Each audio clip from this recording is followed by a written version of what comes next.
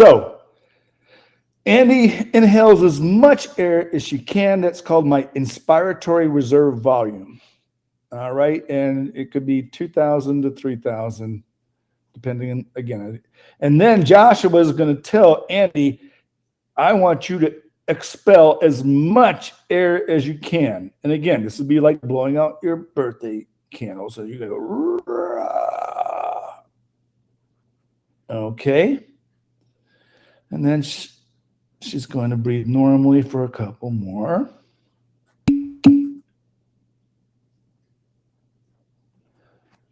Really, I guess you do, Katie. Can everybody else see me? Okay, so yeah, Katie, you have to restart. All right. Okay, so somebody tell me. Great, we don't have Serrano back yet. I don't know. So somebody tell me what this is. Oops.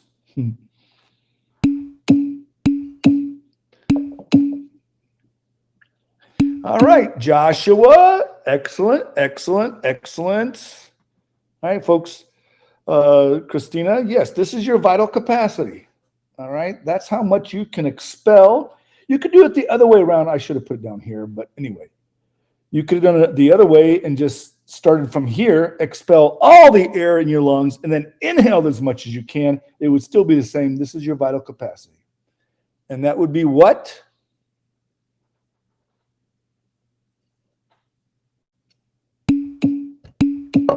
Okay, and again, and that's way at the high end. Honestly, most people can't really do that much. So again, these numbers can vary. So 3,000 would be pretty darn good. All right. And then last, so Annie takes a couple breaths and then she inhales and then exhales. And after her exhalation, she's going to try to blow out as much air as she can. Okay. And now, what is that? No. That's your ERV. Again, the definition, very good, Joshua. That's the air after normal exhalation that you can get rid of. It was still in your lungs. Okay. And of course, remember the residual capacity is just what's always in your lungs, unless you do what? No, Natalia. Yeah, knock the wind out of you. Die. Christine and Natalia are getting as morbid as I am. But yeah, you don't lose this unless you get the wind knocked out of you. That's it. That's it. Any questions? And so you need to know those. And of course, what's this volume? And die. Yes, and yeah. So this can be 1,000. You know, again, it can vary. 1,100, 900. So yeah, I'm very flexible on the test. As long as you're in the ballpark, you're fine. All right. Beautiful. Beautiful. Next question. So now you guys are up to 60 points if you're paying attention.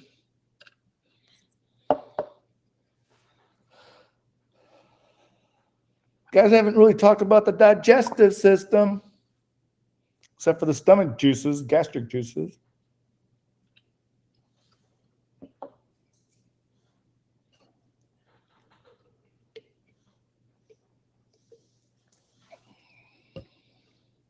Oh, I forgot.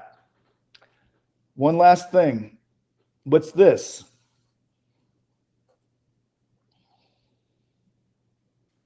Total lung capacity. Very good. Very good. Very good, Joshua. And again, these can be fudged, so it could be anywhere from 4,000 to 6,000, depending on the size of your lungs. Okay, great. That's it. Know that, and you're great. All right, let's move on. You guys are doing fantastic so far. This is how test review is supposed to go. I'm not supposed to just spoon feed you. You're supposed to bring up things and then I review for you, which I'm happy to do.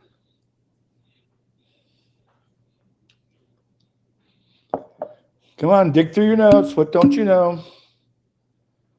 Fatty acid absorption. Okay. Clever, clever, clever. Oh my God, I'm running out of my fancy art pad here. Okay, come on, you guys, we can do this. All right. So I've never actually drawn this before.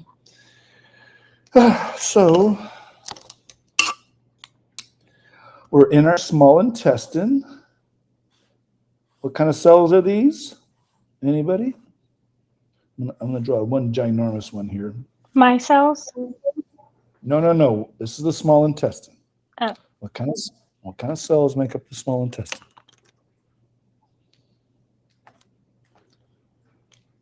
I'm not going to test you on this, but you should know.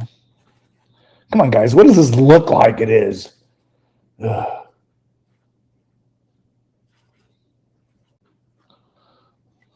Really? Columnar. What kind of? Thank you. Simple columnar epithelium. Okay. All right. And then you just had fried mozzarella cheese sticks with the ranch dressing. So now, yeah, now you got all these little fat lipids in your small intestine. And you're like, oh, great. I got to get them into these cells. So what do I need that's going to emulsify these things into what we call micelles? I need to make micelles, which are tiny, tiny little itty bitty fat droplets. What do I need?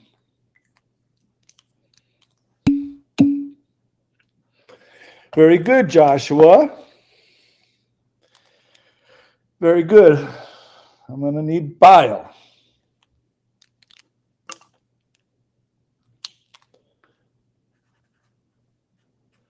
Bucola, where did the bile come from?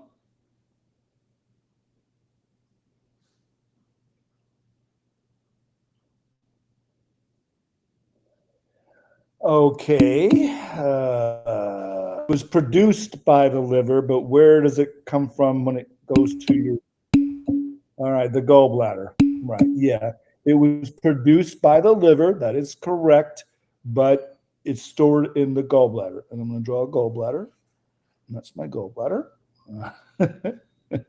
Remember, for the lab practical, you need to talk about the right and left bile ducts and the common bile duct and all that stuff. Anyway, so the bile is an emulsifier, which is going to separate these fat droplets into tiny little things. That's not really represented well on the illustrations because what do artists know? But they're going to be really tiny. So I'm going to draw a little tiny one. It's going to be so small that it's going to go right into the cell. What happens next? What happens next? God, there's only like 8 of you or 9 of you that are participating. I don't know what everybody else is doing. I don't know. So I'm calling on the same people all the time. Christina, what happens next? What is that cell going to do?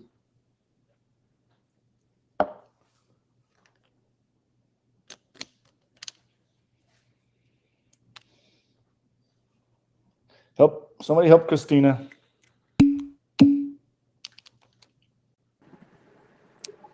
Well, it's going to diffuse through here because it's lipid soluble, so it's going to go right through the phospholipid bilayer. All right, Joshua, that's good. All right. Nida, it's going to store in the fat in the mesentery if you're not going to use it, but that's a whole nother story. So yes, Joshua, we're gonna wrap it in a protein. What do we call that? Somebody? Cyclomicron. Okay, it's a CH, so it's going to be a chylomicron. Chylomicron. So again, chylomicron or kilo. You can spell it either way. Kilo's what I prefer. And then it's going to be transported. You don't need to know all that stuff, but then it's going to ultimately leave on the basement and remain into what? Here's the big question. I'm going to give you a hint.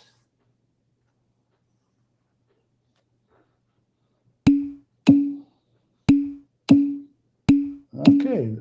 All right. Good job, Joshua. Joshua's on fire today. All right. And good job, Ashley. So, yeah, it's going to go into the lacteal, which remember is part of the what system?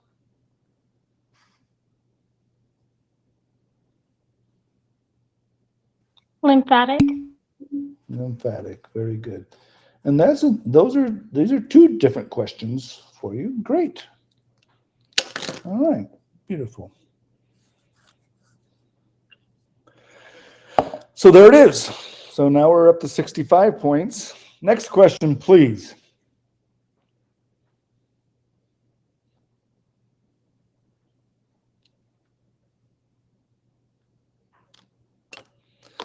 And before, let me do this here. So I got the bio, and bio is gonna bomb with that. Remember, you got a polar and non-polar side, and now that's a micelle. Okay, and then when it goes in, now it's a chylomicron when it gets with a protein. Okay, good. Take a snapshot of that. Next question, please.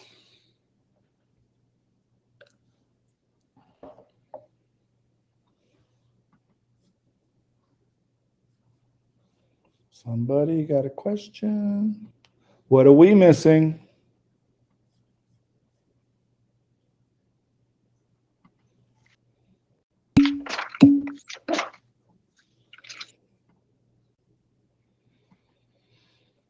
No, that's not a big thing. The stomach secretory activity.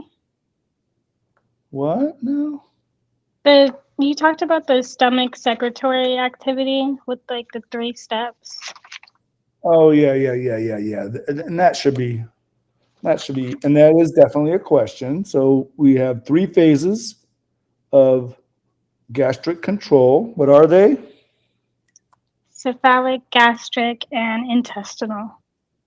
There we go. Cephalic, gastric, and intestinal. And what do you got to do for the test? Tell me what. Come on. What they stimulate and how they inhibit. Not sure I understood you, Bacola. I want 2 things for each one. What are they?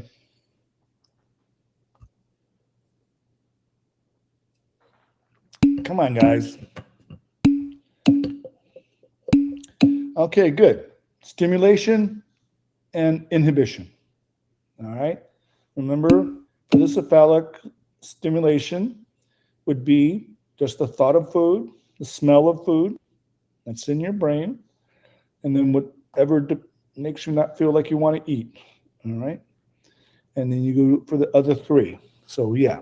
So that's a question too. Good job. So, again, I'm not going to write all these out. So, one that's excitatory and one that's inhibitory for each one. All right. And remember, there's an error on this slide. So, for excitatory, it's low, or it's, listen to me, high pH, meaning that, hey, you didn't produce enough acid. So that was the error on this slide. And Katie's going to be kind enough to change that slide to the new and improved slide. All right, next. Okay, we'll make sure, go into my Blackboard, Katie, and change the slide that's on this PowerPoint slide. Thank you very much. All right, so we're good. We're at 70%. What are we missing? Think deep and hard.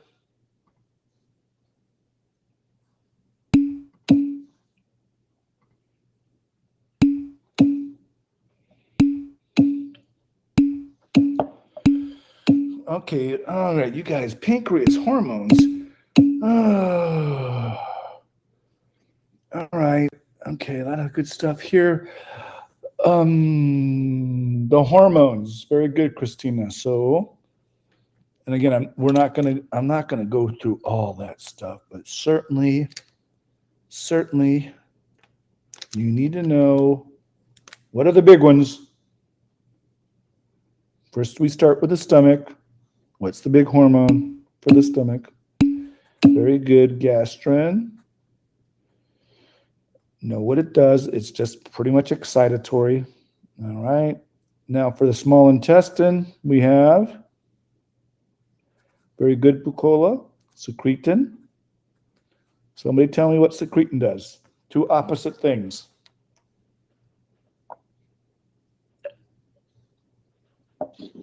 It inhibits gastric emptying and inhibits gastric secretion.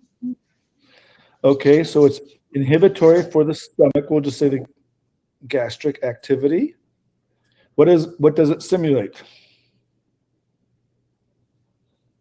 The pancreatic duct. To produce what?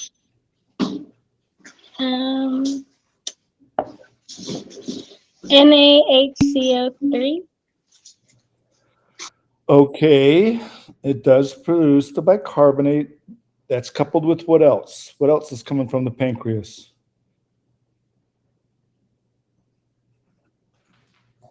Besides sodium bicarbonate. No, Josh. Bile. Christine. No. Oh, no. Ooh, we're talking about the pancreas. What's it going to get to? No, we're talking about the small intestine. Well, yeah, it's going to do that. Oh, you guys are killing me. Let's stick with the pancreas in our small intestine. So it's going to be sodium bicarbonate, but what else?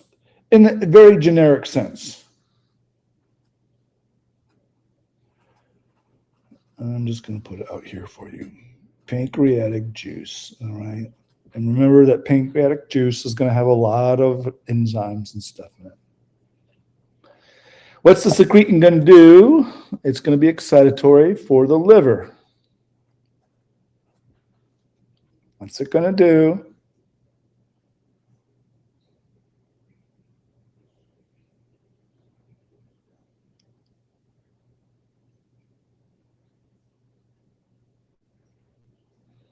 As everybody looks it up. All right, Joshua, it's going to stimulate bile production in the liver. Beautiful.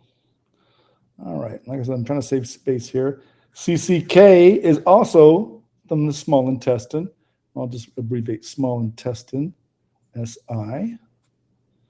What's CCK going to do?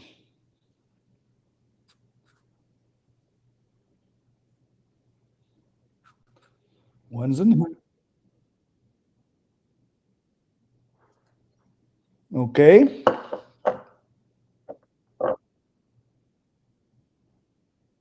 There we go. That's what I wanted. That's what I wanted to hear is the gallbladder contraction to release the bile. And it's also going to inhibit gastric activity. Okay, that's good. Okay, beautiful. Everybody got that? So those are the big three. There's also the GIP, and that's just going to stimulate insulin production from the pancreas. Okay, all right. Good. Wonderful. Everybody got that?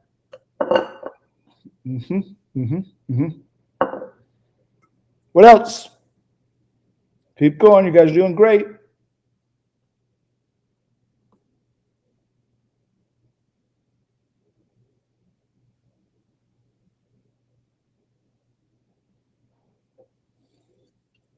Well, I'm sorely disappointed. No one's mentioned the laws.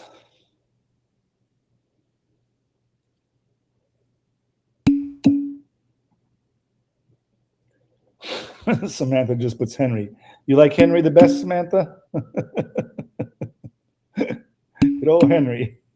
And Dalton and Boyle. All right. Yes, Christina, we don't need to know much about Fick's. Just know that what the big things are. It is all about diffusion of gases. So, and these should be intuitively obvious even before you took this course. All right. So with Fick's law, just remember that we are concerned about the partial pressure difference, the thickness,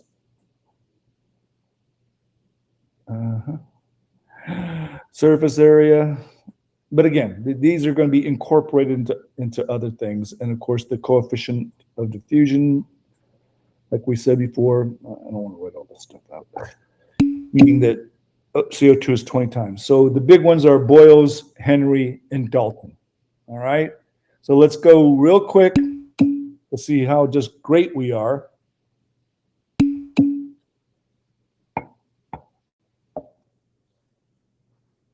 Anita needs to come back in. So, all right. So one more. Impress me, somebody. I'm running out of space on this. I'm going to get another pad here. All right. Somebody tell me all about Dalton. And more importantly, its impact on what we're talking about for respiration. What's Dalton's law say? And you can, this is not verbatim, so you can use your own words because I've heard it described 20 different ways in my lifetime.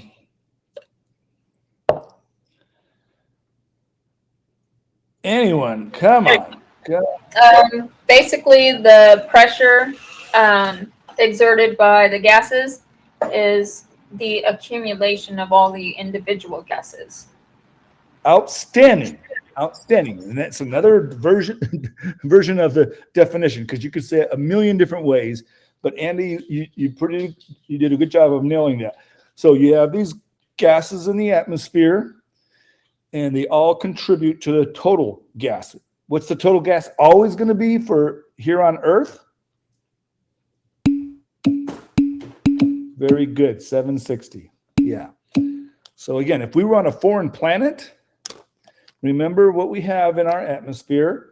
In our atmosphere, we have 78% nitrogen and 21% oxygen, and then 1% of every imaginable gas you can think of, helium, and you name it. All right. This doesn't change, but this could change if you lived on a foreign world. All right. So if you lived on a planet where it was 50% nitrogen and 40% methane and 10%, I don't know, hydrogen, which I think is the composition for Uranus, Neptune, and Pluto. Again, you'd have to change the partial pressures for each based on the 760. If that's what it was, it wouldn't be that way. It'd be way different, but now we're getting in the weeds. All right. But yes, so that's a great definition, Andy. Everybody else can come up with their own. But again, we basically just have nitrogen and oxygen, but if we had a different atmosphere, but the contribution to all of them would come up to whatever our atmospheric pressure is. That's Dalton.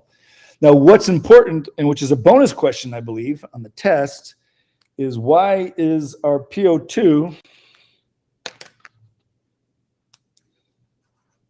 damn it, where's my other black? All my black pens are all squished and dead. I'm just going to use that. So in the atmosphere, PO2 is 160, but in the lungs, it's 100. Why? Why? Somebody tell me why.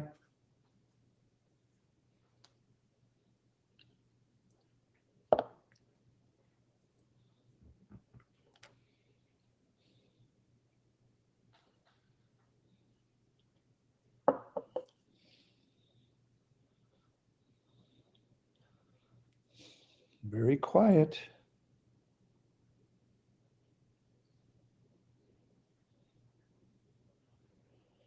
Why? Somebody?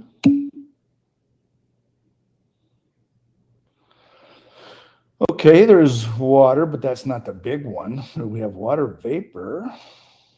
That's not the big one, though, is it really? What's in your lungs that's not in the atmosphere, folks? Or not much in the atmosphere?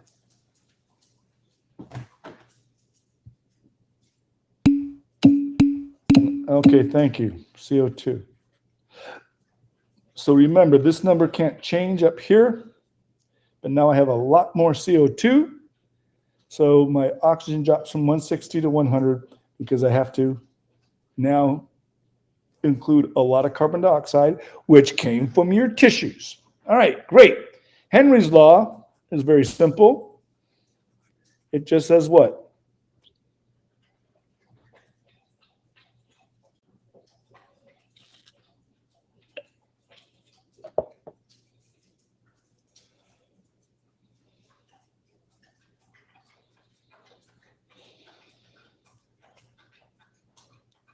And again, this is going to be a simple question. All right. Okay.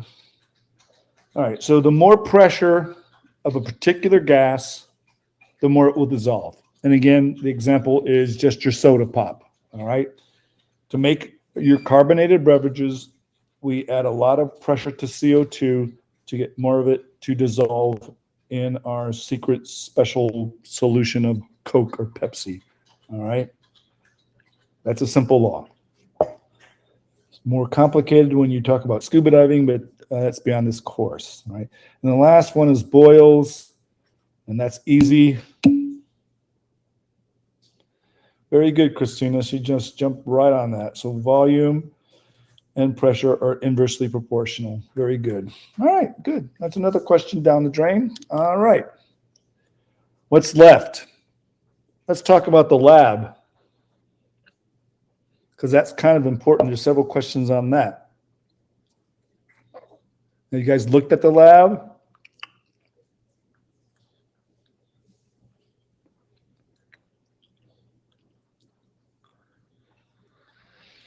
Let's talk about ventilation rates. All right, give me 1 second. I actually have to go to the bathroom, and it'll be a quick break. So give me 2 minutes.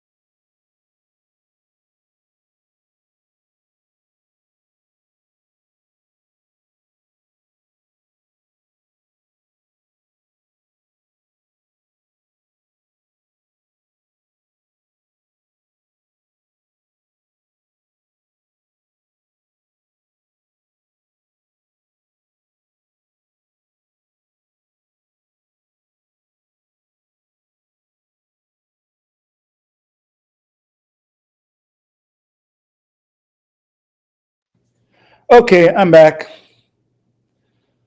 All right, so where were we?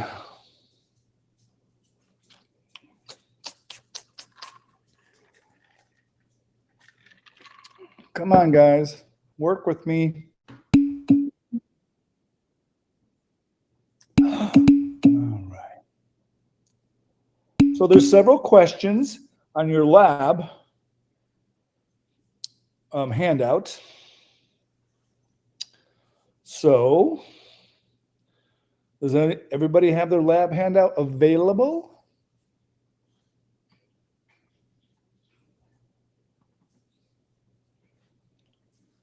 I guess not.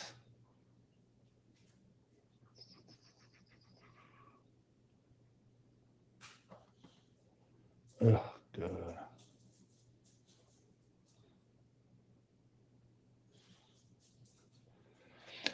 No one. All right. Okay. I'll bring it up. Oh, God. I'm just too nice to you guys. I swear. Oh, okay. So Let's go through these questions.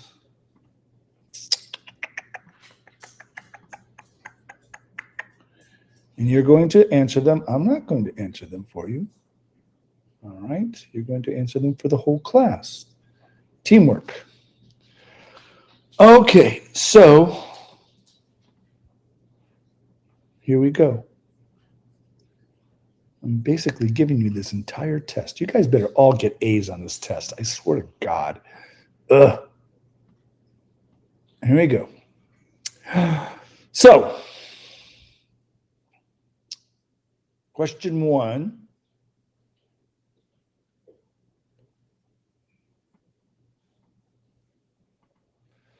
Vital capacity. Remember, that's either starting with exhaling everything and inhaling as much as you can, or inhaling as much as you can and exhaling as much as you can. What are those 3 volumes for vital capacity?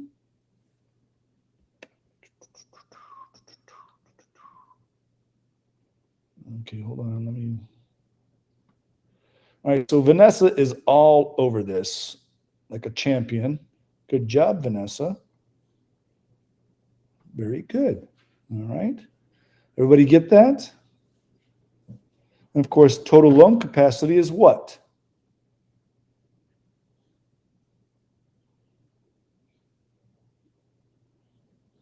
That's everything. Okay, very good. No, not RV. Okay, yeah.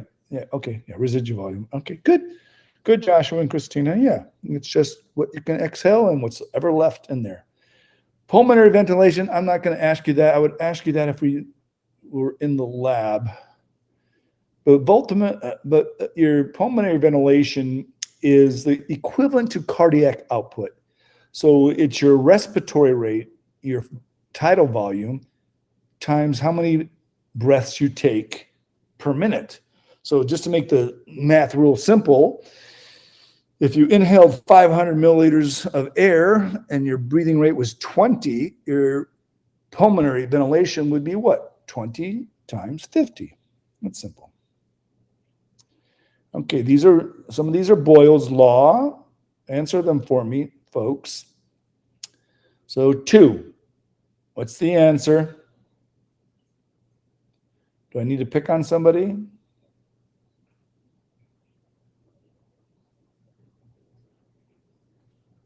Anyone? Okay, I'm going to pick on somebody. So in order to inhale,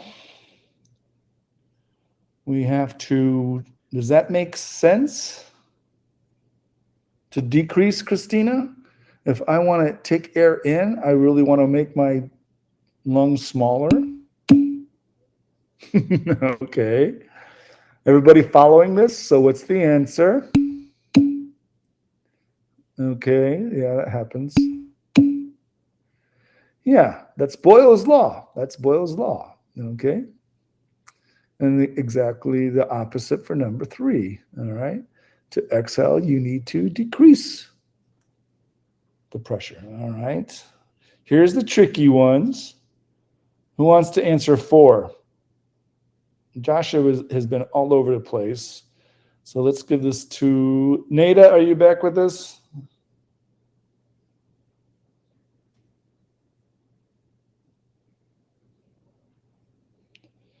Okay, I don't hear Nick. Bukola, what's the answer for 4?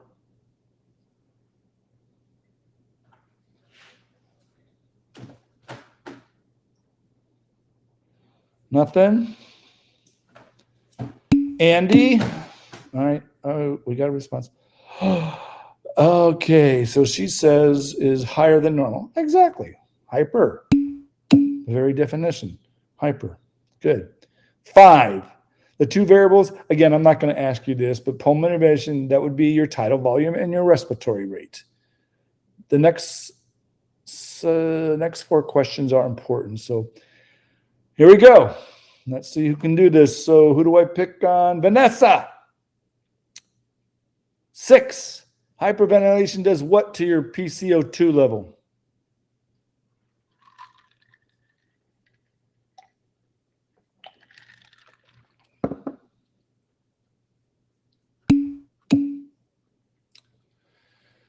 Okay, great. Did you guess that or did you know that?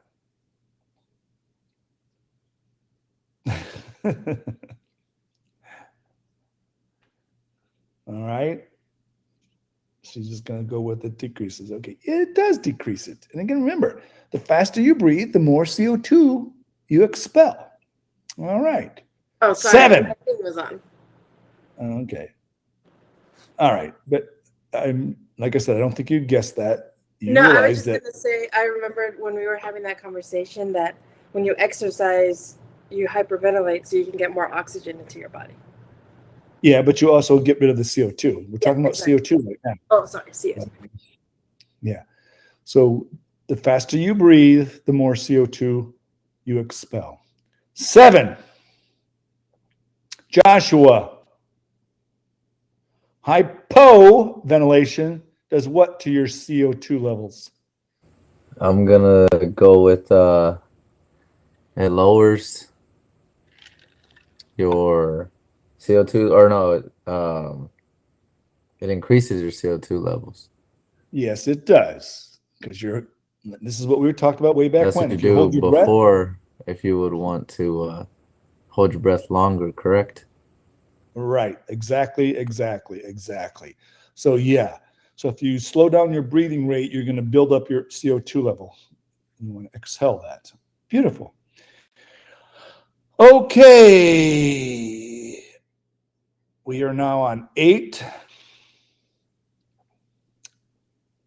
Andy, if I hypoventilate, what's that going to do to my oxygen levels?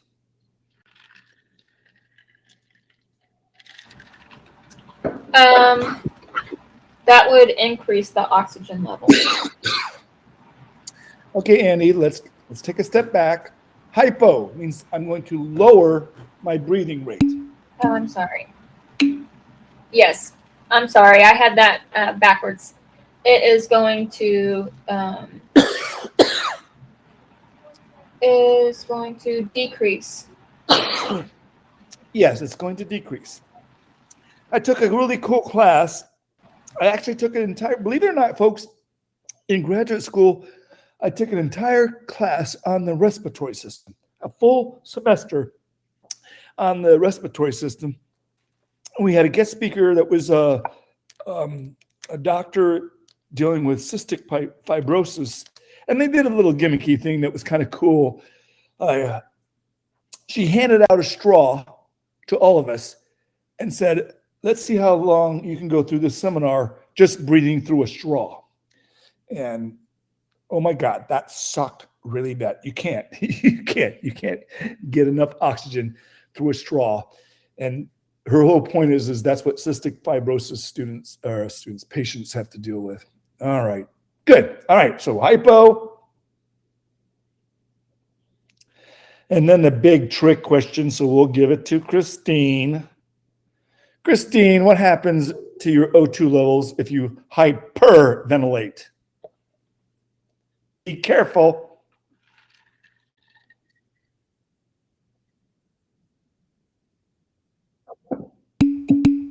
Oh my God. All right. No, Andrea. What did I say? Dang it. What did I say? Yes, Bucola, Christina, Joshua, Samantha. Gold star for Bucola. Okay, gold star for Bucola. Yeah, remember, if you're healthy, you're at 98%. So you can breathe harder and deeper and faster. It's not going to change. The only thing it's going to change is your CO2 level. All right. So that's the tough question, but I made that quite clear. If you're healthy, you don't have lung disease, you're at 98% and nothing else you can do. So all that yoga stuff is all about relaxation. It's nothing about increasing your O2 levels. And what did I say about yawning?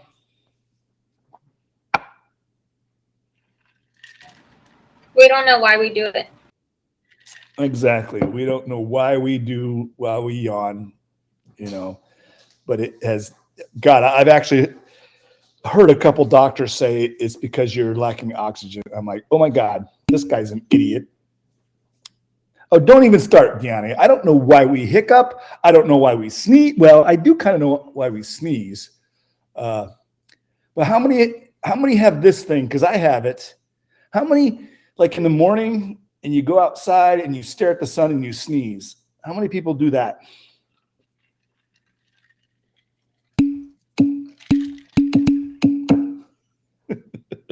Gianni's like, what the heck? Christina, no. Andy, yes. Samantha, just Andy and I. No one else has got up in the morning. You go outside to see the sunrise, and you stare at the sun and you sneeze. Well, it's a thing. Or like, if you have the urge, then I always look at a light, just any light, and I Yeah, sneeze. yeah, that is probably true. I don't know why we do that either. No one knows, but I know it's international. Because the first time I went to Europe, I jumped into a cab, and the taxi cab driver was driving me in a place. It was the first thing in the morning. The sun was right in our face, and I sneezed. And he was in Germany. This was in Germany, and he just looked. He turned around and looked at me, and he goes, "Sonnen, like the sun did that to you." I'm like, "Oh my God, yeah." So even the Germans did it. I don't know about that one, Gianni. Anyway. All right, we're off track there. But yeah, there's a lot of things we do, folks, that there's a lot of hypotheses out there, but no one knows. No one knows why we don't even know why we laugh. I mean, think about it. We're the only mammal or organism that laughs. But whatever. Okay, the rest of this, again, this question here, 10, has everything to do with what we've already covered about the right shift for whether it's temperature, CO2 levels, or pH. So hopefully you can do that. Okay, good. We're done with that one. So now we're at 80% of the test. 10% is metric. I think we got it all. I think we got it all. All right. I'm actually looking at the test, which I'm sure you guys would all like to look at. Okay. And we know how. I'm just looking, make sure we have everything.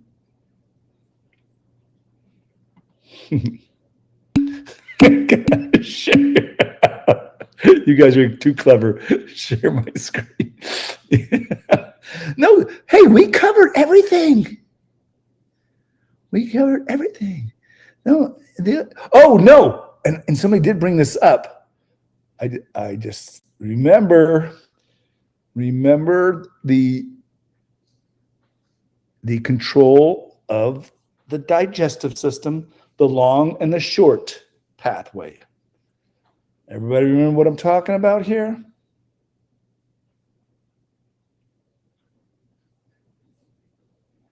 Somebody? What are we talking about? I mean, I think that's the only thing that we have not covered.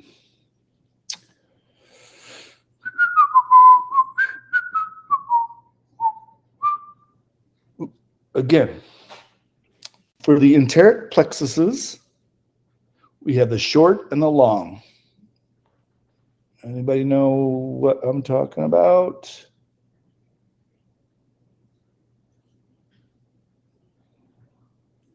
Come on, you can do it. This is the last thing. Otherwise, we've covered everything that's on this test tonight. Everything. No, the lesser, that's just the lab anatomy stuff. I'm talking about the control of your, oh, Jesus. Oh, well, I'm not going to try. No. That's just connective tissue. That's where you store fat. I'm talking about the control, the nervous control of your digestive tract. Intrinsic, extrinsic. Okay, yeah. If you actually know what that means. No. Stop with the mesenteric stuff. All right. I don't want to hear mesenteric again. All right. So, oh my goodness. All right. So let me pull this up real quick. My goodness.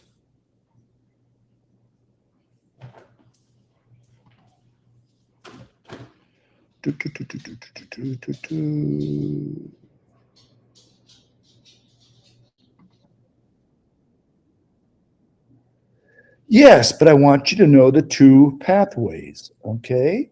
Very good. Yes. Yes. Yes, that's what I'm talking about. That's what I'm talking.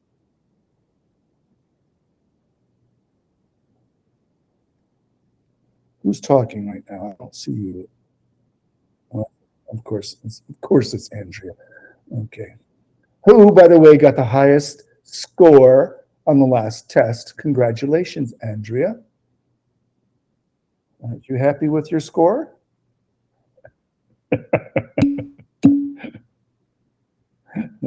Yeah, she nailed it. She aced it, folks. She aced the test.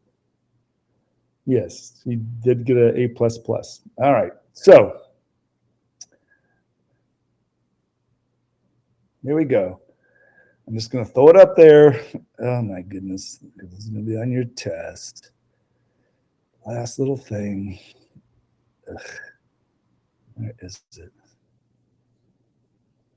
Oh, there it is. Okay. All righty, one last thing, and then I think we're done for the night. Yeah, we have literally covered everything that's on the test tonight, folks. All right. Boom. All right. That's a test question. That's a test question. All right.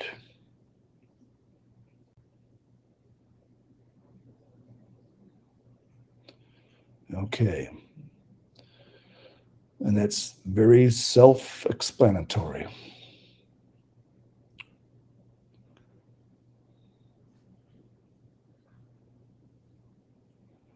So if you've been paying attention and taking notes, you should ace this test. I'm serious. I've given you everything. All right. And so, like I said, you pay attention. If there were more students, I would have recorded it. So, but like I said, this is where you do old school, just take notes. All right. And again, the only thing that I didn't go into great detail, but you need to go through the slide is, so you know this slide. And the other one, I'm looking at the test, and that is make sure you can follow the flow of bile from the liver all the way to the small intestine. All the way to the small intestine. Okay. Otherwise, you all know all the questions on this test. One last question. Who wants it? One last question. And it can be answered with one word. Who wants it besides Christina and Andrea?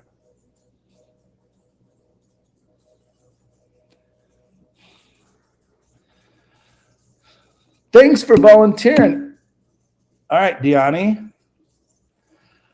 How does your simple columnar epithelial cells in the small intestine absorb glucose and amino acids? In one word. One word. It could be two, because it does have two names. Somebody help Diani. She needs a lifeline. Okay, Diani, that's good, but not good enough. Be more, as Alex Trebek would say, be more specific.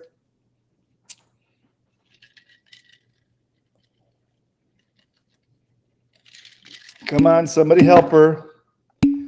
All right, and I knew Joshua is on his A game today. So yeah. So, and Bukola comes through too. So yeah, it's a co-transport or coupled transport. That's it. Anybody have any questions?